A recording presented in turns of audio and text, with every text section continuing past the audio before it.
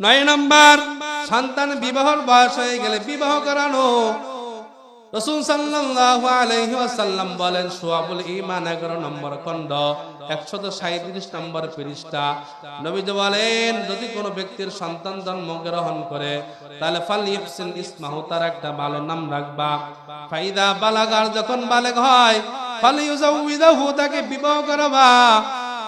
এবার যদি বালেগ হওয়ার পর বিবাহ না করায়, বিবাহ না করানোর কারণে যে সমস্ত গুনাহ করবে, এই গুনাহগুলা পিতার উপরে বর্তাবে, নাউজুবিল্লাহ।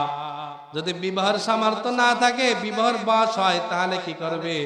পয়গম্বর আলাইহিস সালাতু ওয়াস সালাম এটাও বলছেন, বুখারী শরীফের হাদিস। পয়গম্বর বলেন, ইয়া মাশারাশ শাবাব মান ইসতাতা মিনকুমুল বাতা ফালিয়াতাজাওয়াজ ফাইন্নাহু আগাদ্দু লিল বাসারি ওয়া আহসানু লিল ফারাজি ওয়া মান লাম ইসতাতি ফাআলাইহি বিস-সাওম ফাইন্নাহু লাহু বিজাউন। পয়গম্বর বলেন, হে যুবক সম্প্রদায়, তোমাদের মধ্যে যাদের বিবাহের বয়স হয়েছে তারা বিবাহ করে নাও। বিবাহ করলে কি হবে? ভাই, বিবাহ করানোর পর তোমাদের চক্ষু হেফাজত হবে, তোমাদের লজ্জা স্থানের হেফাজত হবে। আর যাদের বিবাহের বয়স হয়েছে, যদি সামর্থ্য না থাকে, তাহলে ফাআলাইহি বিস-সাওম, তোমরা থাকবা রোজা। ফাইন্নাহু লাহু বিজাউন, আর রোজা থাকলে তোমরা সোজা হয়ে যাবা। রোজা থাকলে তখন আর ওই শারীরিক চাহিদা কমে যাবে, বিবাহের চাহিদা কমে যাবে। এই জন্য 9 নম্বর, সন্তানের বিবাহের বয়স হয়ে গেলে বিবাহ দেওয়া। 10 নম্বর, বিবাহের ক্ষেত্রে ছেলে মেয়ের মতামত নেওয়া। ছেলে মেয়ের মতামত নেওয়া।